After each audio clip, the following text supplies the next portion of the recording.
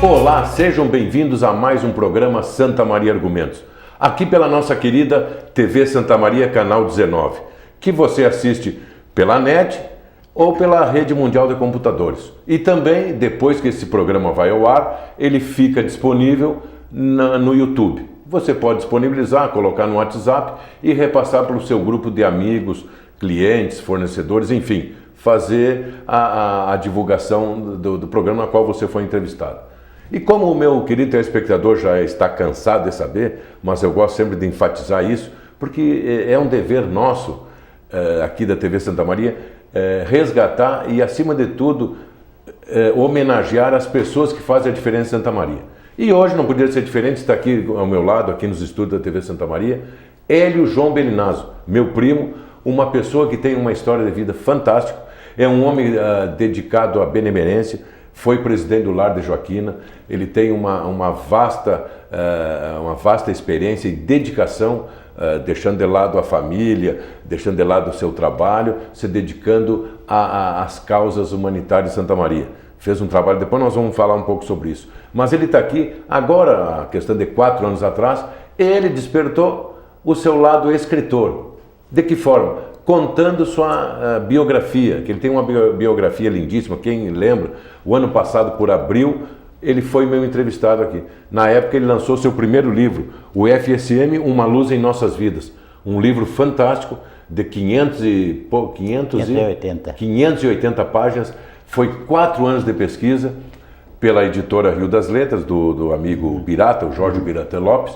Então o Hélio teve um sucesso muito bom, foi um livro bastante comentado, e ainda o é, porque ainda ele tem em estoque esse livro, porque a vida do Hélio, do seu Belinazzo, como ele é conhecido, ela se confunde com a fundação da universidade. Então, acima de tudo, ele contou a sua trajetória pessoal, mas se confunde com a criação e a expansão da nossa Universidade Federal de Santa Maria. Por isso que é uma luz em nossas vidas.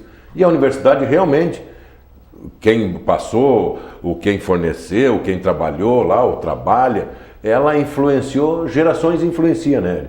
Então, Hélio, muito obrigado por aceitar o nosso convite. E o Hélio vem aqui hoje, que eu falei, quando ele foi lá em casa me levar o primeiro livro, eu digo, Hélio, quando tu começar a escrever, e não deu outra. Um ano depois, em abril, nós entrevistamos, ele lançou na Feira do Livro. Agora, neste mês, para minha alegria, a alegria dos seus leitores, ele lançou outro livro, que é Recordação de uma Jornada. Aí ele aqui se confunde com a história da universidade, mas o seu lado profissional. Nessa segunda obra, lançada agora em dezembro, que está indo muito bem, segundo está indo muito bem em crítica, em aquisição dos livros, e ele se sente recompensado e já está pensando no terceiro livro. Depois isso vai ser papo. Então o Hélio vem falar hoje, entre outros assuntos, vai falar sobre esse seu segundo lançamento. Então, mais uma vez, obrigado por atender nosso pedido e seja bem-vindo. Muito obrigado. Muito obrigado aos telespectadores que vão ter a paciência de nos ouvir durante este pequeno período. Muito obrigado pela oportunidade ao seu programa, que é um programa que traz, resumidamente, a cultura da nossa cidade, algo importante para que nós tenhamos noção de como a cidade vai andando, né? E eu gostaria então de iniciar, se me permite, com uma pequena correção. Com uma pequena correção. Na realidade, a minha vida se confunde com a vida da universidade a partir de 1966. Sim. Do início de 66, até porque esse livro enfoca as construções da cidade universitária, principalmente, além de homenagear pessoas e contar a história de pessoas. Eu tentei escrever esse livro aí, comentando rapidamente sobre o assunto, num fascículo separado, porque a minha ideia era escrever somente um livro, contando a minha caminhada desde o meu nascimento até hoje. Acontece que o tamanho dos assuntos, das reportagens, tomou tal vulto que tive que separar em 2. Então, para que o leitor tivesse mais facilidade de entendimento, eu fiz o primeiro somente sobre a minha vida na universidade, certo. 1966 1996. Né? Então, isso aí eu tentei abordar tudo que eu sabia neste período. Aquilo que tu realmente viveu lá daquilo dentro. Que eu vivi dia a dia. E de 66 a 60, 14 de dezembro de 60, foi o período em que eu não convivi com a universidade, mas eu tive a oportunidade de conviver com pessoas, inclusive o Dr. Mariano e outras pessoas que viveram o dia a dia da universidade. Tu teve um contato bem próximo com o Dr. Mariano? Com certeza, nós estivemos que juntos, bacana. né? Porque juntos? Separando, né, vamos dizer assim, ele como reitor e eu como um simples motorista na época. Sim, mano. Mas, na realidade, a gente via, porque ele era uma pessoa muito simples, era uma pessoa muito carismática, era uma pessoa que não olhava a classe social de ninguém lá dentro. Ele se relacionava bem com as pessoas, independente do que elas fossem. Sim, claro. Muito bom. Desde o servente de obras até os engenheiros responsáveis pelas construções, que é o meu tema preferido dessa obra, né? E é o que eu aporto, o que eu tenho condições de falar com Por causa que a tua formação hoje engenheiro, não, né? a partir de 75 eu me formei em engenharia, né? E como a grande maioria dos meus amigos sabem, eu tive a felicidade de estudar à noite e logo após meu acesso à universidade, 5 anos depois, eu entrei no curso superior e mais 5 anos eu já era engenheiro, e daí fui engenheiro, professor. E depois da formatura, poucos anos depois, tu já se transformou em professor, né? No segundo ano. Muito bom. Segundo ano. O primeiro ano eu trabalhei como engenheiro e o segundo ano eu já comecei a lecionar e aí eu também trabalhei como engenheiro durante vários anos lá dentro, né? Mas principalmente como professor, que foi onde eu me realizei, né? Muito bom. Depois, então... Tu tirou especialidades que eu me lembro bem da última vez que nós conversamos, em hidráulica, né? Eu sempre fui um engenheiro voltado para hidráulica e saneamento. Muito bom. O meu foco na engenharia, embora atuasse em todas as áreas quando necessário, mas meu foco e também as minhas especializações foram todas ligadas à área de hidráulica e saneamento. Muito né? bom. Que eram áreas na época um tanto carentes, poderíamos dizer assim, porque em 1970, por exemplo, o Brasil estava ainda engatinhando nesta área, né? Sim. E nós perseguimos bastante essa meta, né? E conseguimos realmente realizar um bom trabalho dentro dessa área. Que bom. E, portanto, aí até o conhecimento era pequeno, né? Tu teve... Sim, claro, mas buscamos conhecimentos principalmente na USP. A USP nos deu uma grande suporte, uma grande abertura, nos bom. Permitiu nos receber lá e nos trazer assim muitas luzes, as quais nós trouxemos para nossos alunos e os nossos laboratórios. E hoje daí tu é professor aposentado, né? Com certeza. Mas tu não deixa de ser mestre escrevendo teus livros para contar para as pessoas, né? Na realidade, Carlos Alberto, os livros, eu tinha a preocupação, e essa preocupação eu não posso ignorar, como eu queria mostrar o que eu pude fazer ao longo da minha caminhada, já que eu sempre digo, a minha vida se confunde entre a roça e a universidade. Exato. Né? Então, como eu tinha que apresentar o efeito do meu esforço e da minha luta e ser grato àqueles que me ajudaram de uma forma decisiva para que eu pudesse ter o sucesso que eu hoje tenho, né?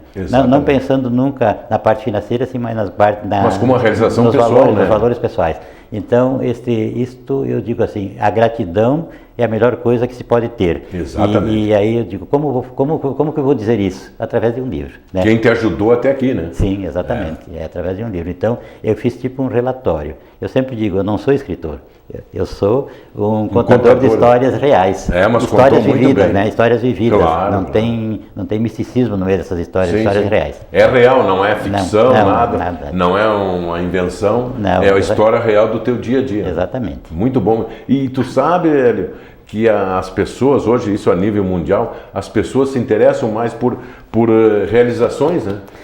São efeitos práticos. Pois tem esse tipo de literatura, vamos dizer assim, Sim. Ele traz alguns benefícios para quem gosta, né? Eu sempre digo, a pessoa tem que ter a alma preparada para entender essas abordagens, esse tipo de documentação, porque não deixa de ser umas documentações, né? É um resgate histórico. É um resgate histórico, Tem outras pessoas que não gostam disso, mas só o tempo é que vai favorecer as pessoas que conseguem entender uma história de alguma coisa. E nós em Santa Maria temos como base, e não poderia ser diferente, entre outras coisas, mas uma das principais é a criação da universidade e hoje a existência da universidade. Sim, né? que mudou totalmente o perfil de Santa Maria, né? Totalmente, é.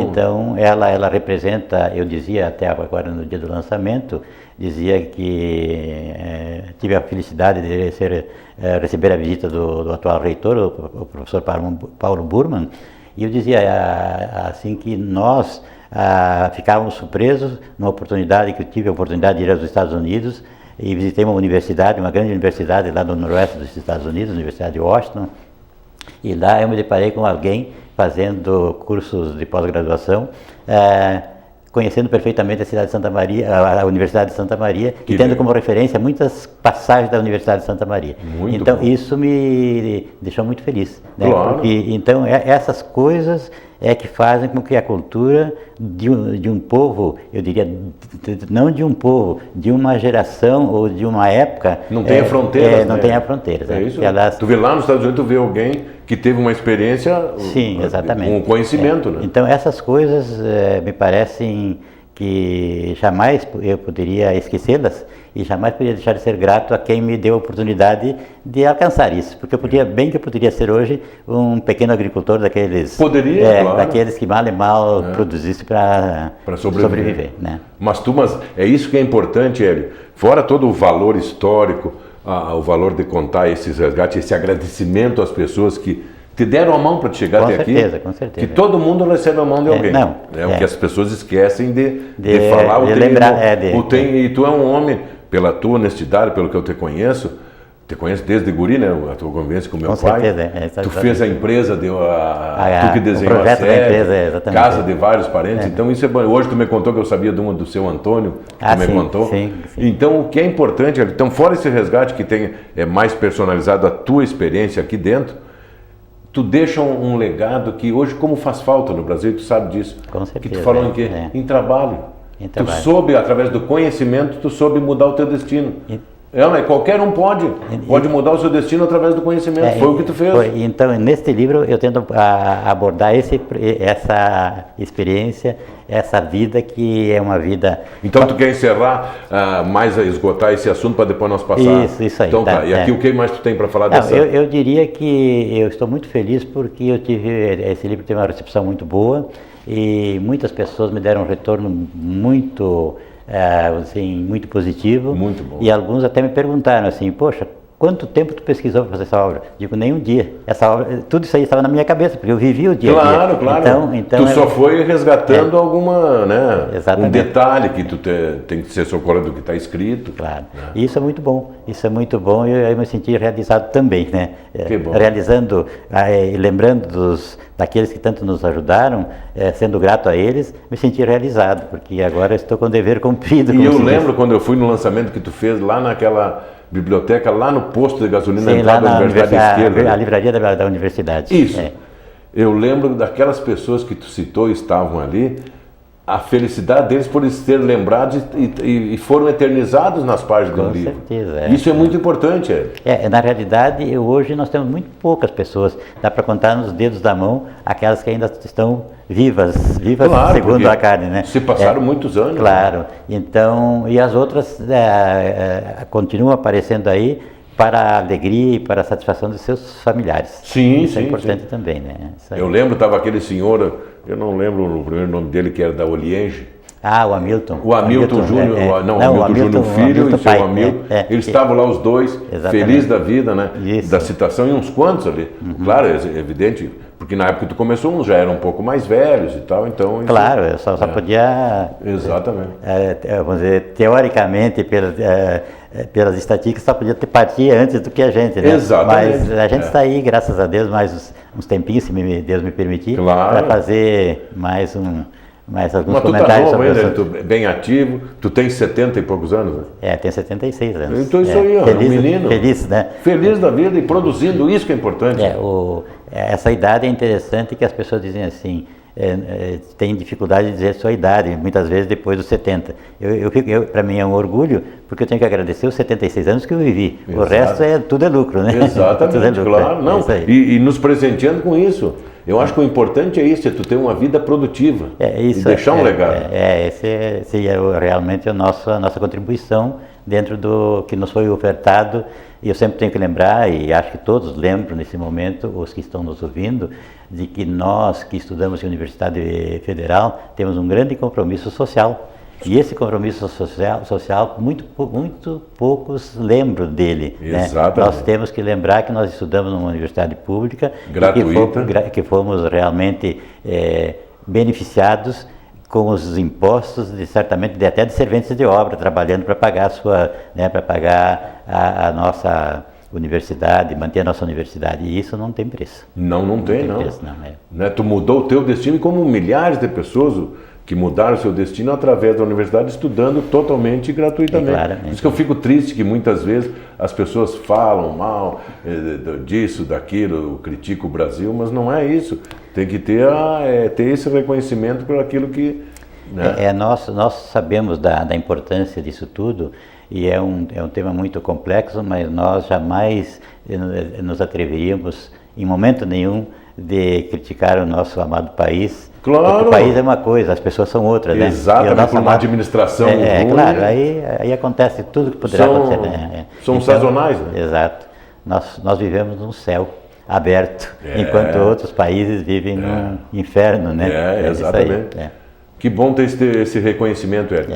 Então certeza. Agora acho que de certa forma podemos falar ainda dessa obra que ela já está na praça há mais de ano, está sendo divulgada, conhecida, né? Já foi objeto de outras entrevistas em jornal, rádio e TV. Com certeza. E hoje o que nós... Esse livro, o primeiro lançamento foi dia 1º, né? Esse livro, não, o primeiro lançamento foi dia 29. Ah, 29 dia 29 de novembro, às 16 horas, na livraria da universidade. Com a presença... Como esse livro trata, eu vou explicar agora, muito da imigração italiana, nós tivemos a presença do agente consular, o Dr. Oscar Carles, e tivemos também a presença do diretor da editora, professor Daniel Coronel, e também a presença que muito nos honrou, do professor Binato, que ele é historiador e que tem um trânsito muito grande na literatura santamariense. E ele foi o que fez a nossa carta de apresentação e esteve nos dando apoio. E para complementar, o nosso amigo, atualmente amigo, o reitor, o Dr. Paulo Burman, foi nos prestigiar no segundo evento, que foi em Arroio Grande. Eu quis levar esse evento para Arroio Grande como um reconhecimento com os meus familiares e demais moradores daquelas regiões, da Quarta Colônia, né? Porque eu sou filho de uma pequena regiãozinha próxima a Arroio Grande. Então, como é que é o nome do local? Arroio Lobato. Arroio Lobato. Tu nasceu ou viveu em infância? Eu nasci e vivi até os 4 anos lá. Certo. Eu vou dizer terra dos fontanas que se realizaram em os donos da Sadia, né? O dono da Sadia. Terra também de outros tantos ilustres, Carleços e outros tantos ilustres que caminharam pelo Brasil lá fora, deixando riquezas e nomes consagrados, né? Certo. Tu vê, nesta pequena ali naquela próximo de Rio Grande. Exatamente. Então foi ali entre as montanhas que nós nascemos. Foi tu fez na família dos Antonello, né? No bar dos Antonello, é isso? Sim, eu fiz exatamente na frente da paróquia de São Pedro, no bar Antonello, porque desse livro, além da família Bellinazzo, que tem como base o nosso livro, que nós vamos depois descrever, tem também uma parte da família Antonello, já que a família Antonello e a família Bellinazzo se confundem na caminhada, na nossa caminhada, né? E tem um detalhe interessante, eu descobri um brasão que relaciona a família Antonello com a família Bellinazzo com data de 1250. Exato, sim, quando comprou um feudo, né? Isso na aí. Pérgola Senegal e que é o nosso brasão. Então, mostra que havia uma ligação entre essas famílias. Há 700 anos atrás. Exatamente. 1250. E eu tive também parentes que se casaram entre Bellinazzo e Antonello, e teve outras pessoas que me ajudaram a criar, que também era da família Antonello. Então eu não podia esquecer isso aí. E aí então eu mesclei as duas famílias. Até porque tem uma história que eu vou tentar depois, na sequência, contar, uma história muito interessante com o Antonello, que veio da Itália também, e Bom, já que nós iniciamos o assunto, eu vou contar agora, né? Não, agora não. Não, então tá. Agora não. Tá. Agora tu vê um assunto gostoso, agora tu vai... Tá. Calma, emoção, porque isso aí é... Vamos deixar para o segundo bloco e agora tu vê só, o bate-papo, tá o Ademir lá fazendo sinal que terminou o primeiro. Que pena. Eu vou só pedir. Não tem problema. Meu querido telespectador, obrigado pela sua audiência. Um minutinho que nós já voltamos.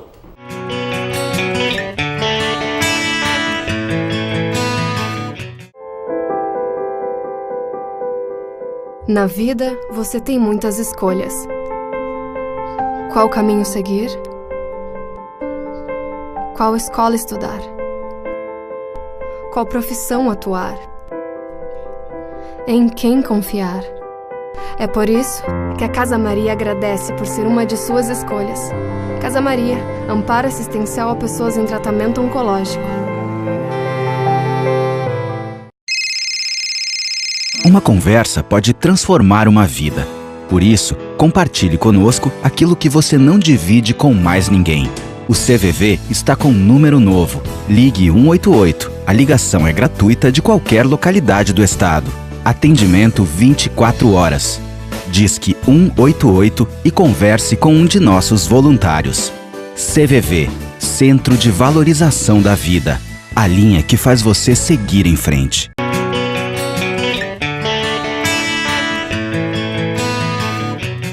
Olá, sejam bem-vindos ao segundo bloco do programa Santa Maria Argumentos.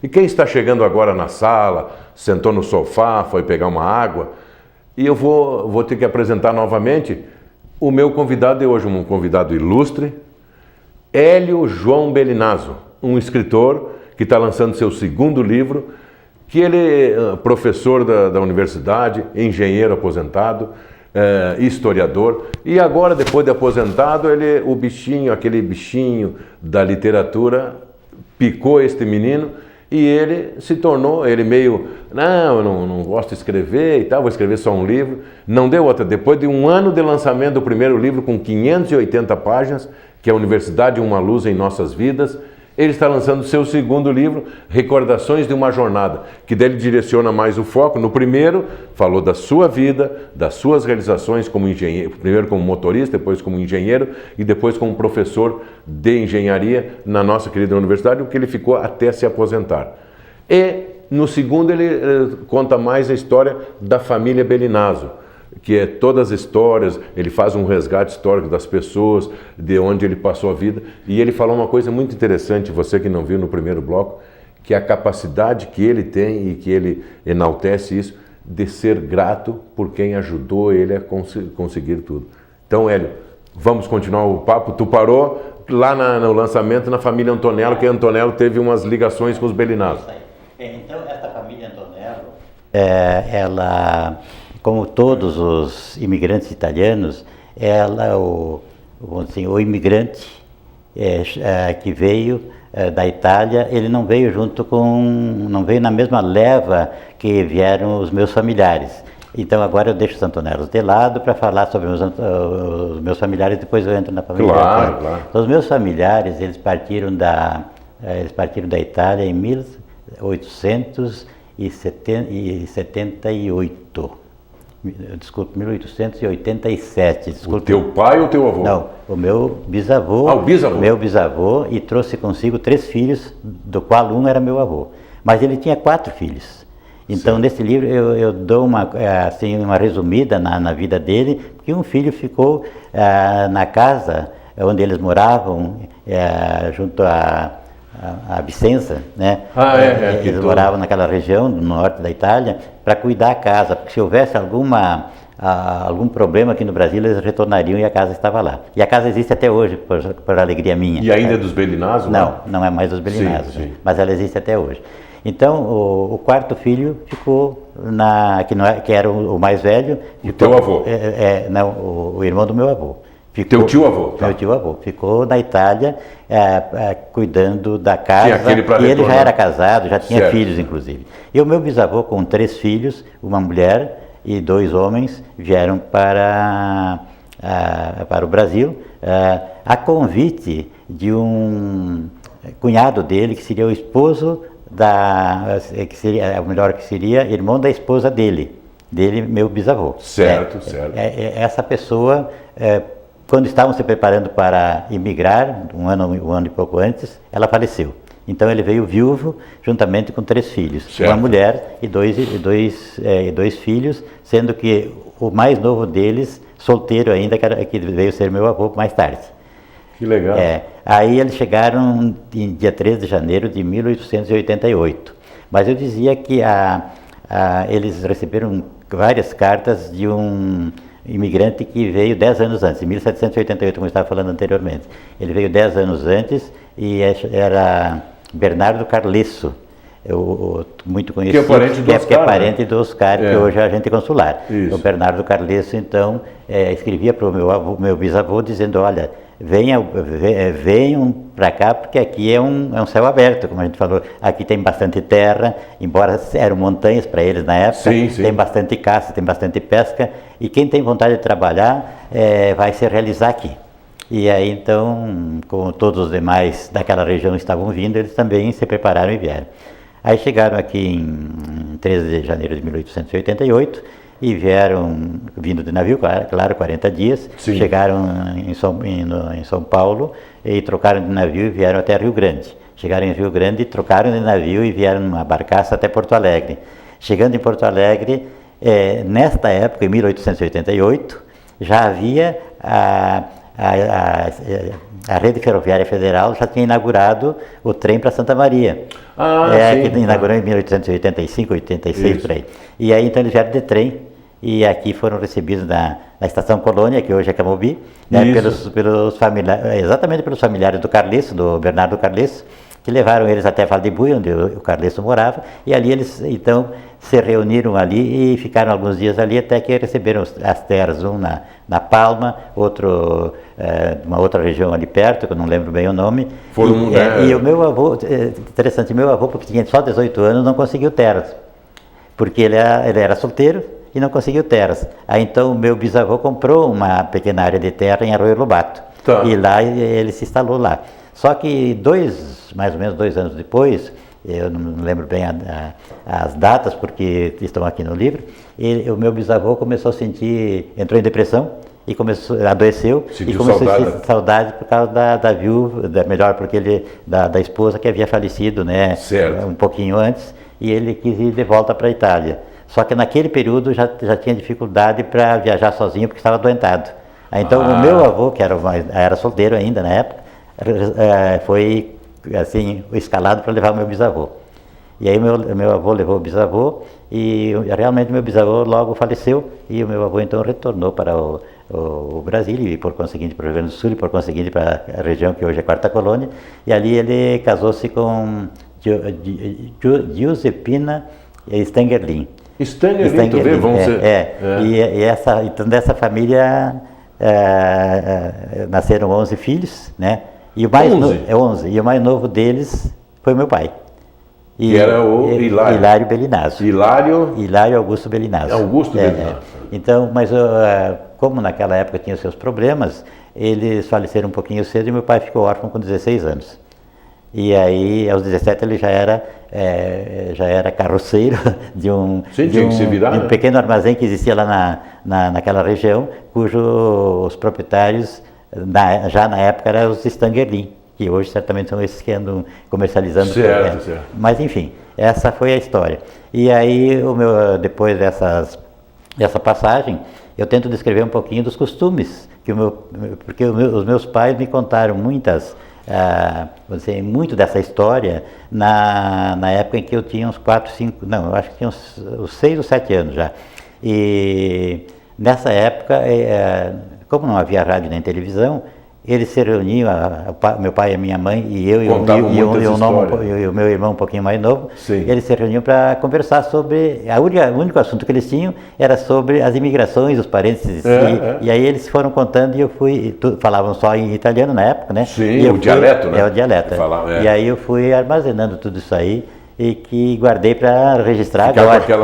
Para registrar agora. Então, eu realmente, uma boa parte dessa história foi contada pelo meu pai e a minha mãe, né? Eu lamento que eu só descobri isso depois que eles já tinham partido, porque senão eu poderia ter aproveitado muito mais das informações, mas como toda... É que na época tu não pensava em registrar isso. Nem tinha... Isso acontece... Estava no auge da minha profissão, Exatamente. tanto de engenheiro como de professor, Isso. e não estava preocupado com essa parte, né? Mas tu vê como é importante essa... Quando eles faleceram, né? A cultura da oralidade cultural, né?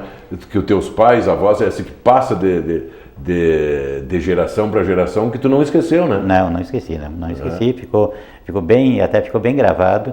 E aí depois então eu fui a campo, né, a tentar escrever essa parte, os costumes, como eles viviam lá em Arroio Lobato, onde nasceram, onde se criaram. Ainda tu tem alguns troncos lá dos antepassados lá ou não? Não tem mais. A última tia que nós tínhamos, que ela era casada com o irmão do meu pai, faleceu em 2011. Sim, mas já faleceu com 98 anos. Essa então, e aí então agora só tem primos, claro. Né? Mas o fato é que daí nós conseguimos entender os costumes da imigração italiana. Mas um deles é muito folclórico. Meu pai dizia que o meu avô não tomava água e que não permitia que os filhos também tomassem água. Eles levavam para as lavouras uma panela aloçada de uns 20 litros de vinho. Vinho doce? Não, vinho mesmo. Tá. Aloçado, eu entendi, adoçado. Não, aloçado. Tá. Né? E lá, então, quando a pessoa tinha sede, penduravam embaixo de uma árvore, uma guajuvira, aí meu pai falava, né? Quando a pessoa tinha sede, ia lá e pegava o vinho e tomava. Isso matava a sede. Imagina como é que eles trabalhavam. Tu vê? Por isso que os italianos adoram um bom vinho, né? Com certeza. Água, então, não era nem... Não, a água não se tomava naquela época, né? Porque todos os italianos que vieram, todos os imigrantes que vieram, logo plantaram pareirais, né? Exatamente. E logo começaram a fazer vinho, cachaça, e toda aquela bebida que lá tinham dificuldade de fazer, aqui eles acharam um campo livre para fazer, e fizeram, né? Mas vinho ninguém podia, nenhum dos italianos, assim, deixou de ter seu pareiral e de fazer seu vinho, ter todos os seus... E muitos trouxeram, isso eu ouvia falar dos meus dois avós, o materno e o paterno, trouxeram mudas de videiras de lá. Sim, não, vieram. Trouxeram, né? Quando eles mudaram de lá, eles diziam assim, nós estamos preparando os baús. Baús eram umas caixas de madeira de madeira grosseira, né? Isso. Feita à mão, né? Mas onde colocaram as ferramentas, colocaram algumas mudas, colocaram isso e aquilo, né? Que dava para dar o início à caminhada. Né? Sim. Para ter a base. Para ter a base. E aí, então, a partir desse momento, eles, chegando ali, se alastraram, como se diz, e a vida continuou, né? Bom, a partir daí, meu pai depois cresceu, né? Trabalhou, teve muitas dificuldades, passou por muitos altos e baixos, cresceu, casou, e a sua primeira filha, a primogênita, faleceu. Naquela época era muito comum, faleceu com 2, 3 anos, faleceu. Sim, e tiveram os problemas. E em 1942, veio esse que aparece o Hélio. Aparece o Hélio. E aí depois veio o Neylor e o mais novo é o João Luiz. O João Luiz que é falecido. É falecido, Mas ocorre que eu, por exemplo, assim, tinha 4 anos, quando o Neylor nasceu em Santa Catarina, ele já é... Aquele já é catarinense. Já é catarinense. Eu tinha 4 anos quando nós saímos de lá, para procurar que daí eu fico muito preocupado, mas querendo imaginar que aquela gente, os filhos de imigrantes, já começavam a ter vontade de sair daquelas montanhas, daquela região montanhosa e pedregosa, para buscar outras facilidades em outros campos, né? Mas nós mudamos para perto, mudamos aqui para a Colônia Pena, na época, que é o outro lado de Santa Maria, e ali tinha só campos, né? Campos e... Aí era plano, não era? Era plano, e ali eles foram se desenvolvendo. Mas sempre relacionados com os Antonelos, né? Os Antonelos mudaram junto, todo mundo mudou junto. Todo mundo foi junto. E aí então eu entro rapidamente nos Antonelos, porque eu sei que o tempo passa e nós não vamos conseguir... Claro. Né?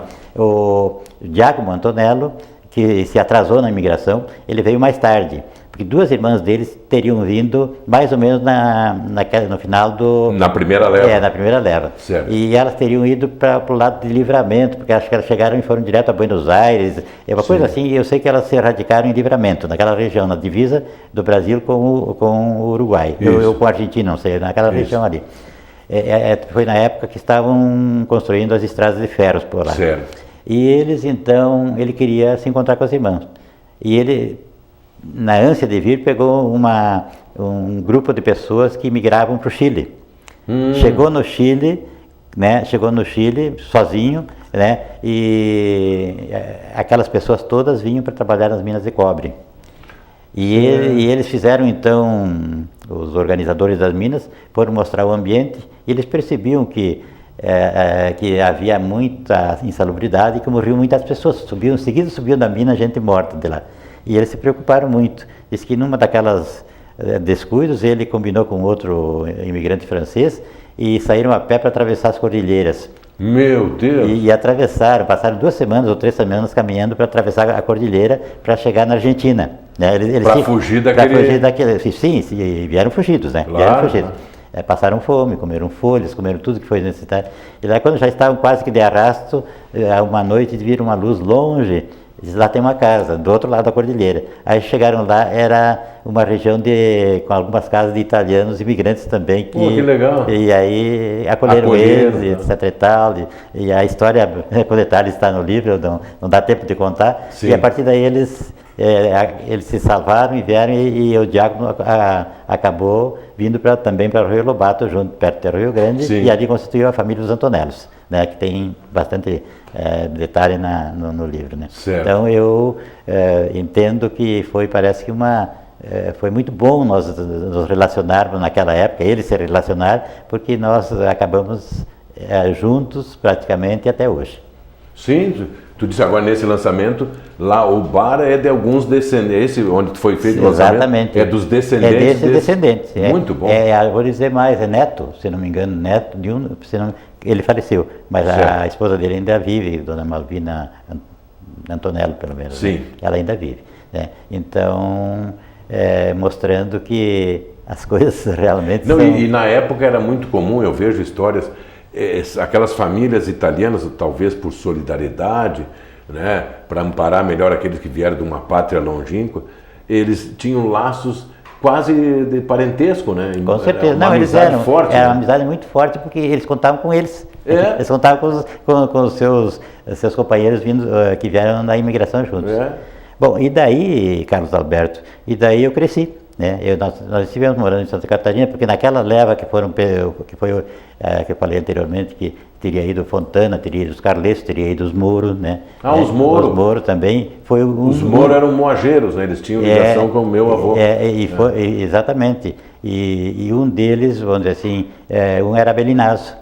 E aí ele, que era irmão do meu pai, e aí ele convidou meu pai para trabalhar em Santa Catarina, eles ficaram uns anos lá e depois retornaram. E nós moramos lá. Então eu voltei com 6, 7 anos, ele já estava de volta para nossa terra. E o teu pai sempre trabalhou na agricultura? Não, meu pai ele variou muito. Sim. Meu pai ele... Era normal, né? É normal, né? Ele começou com carroça, trabalhou muito com carroça, né? O caminhão de hoje, né? Sim, o transporte. Ele comprava e vendia, e fazia aquelas quitandas e trazia a mercadoria para a cidade e levava as compras para os bolichos e assim andava, né? Mas ele não deixou de trabalhar na agricultura também. Paralelamente a agricultura funcionava, sim, né? E assim eu fui crescendo, né? E quando nós fomos também para as terras da Colônia Penha, aconteceu a mesma coisa, né? Ele continuou plantando e com a carroça quitandeando, como se diziam eles na época, né? Ele era o caminhoneiro, Ele era o caminhoneiro, né? E até 1940, 1950, mais ou menos, aí começaram a surgir os primeiros caminhões. Eu descrevo aqui também. Que legal. Eu vi tem um desenho do caminhão. Exatamente. E aí então começaram a surgir os primeiros caminhões e aí meu pai nessa época um pequeno bolicho, teve fábrica de vassoura, que aliás foi um dos ofícios que eles aprenderam, que o meu avô trouxe da Itália. Que era... Sim, naquela época não havia vassoura, havia vassoura de palha, né? Claro. Então nós passamos por essa fase também. E eu acompanhei tudo e aprendi também, foi junto, né? Mas Muito bacana. O dia que eu fiz 14 anos, ninguém mais me segurou. Eu digo, pai, eu tenho que viajar, tenho que sair, eu não posso ficar mais. Eu já vinha. Sim. E eles permitiram, porque eu precisava estudar, só que não ia conseguir estudar. Lá fora não tinha mais nada. Não, lá fora com 10 anos acabou para mim, né? Não tinha mais colégio, né?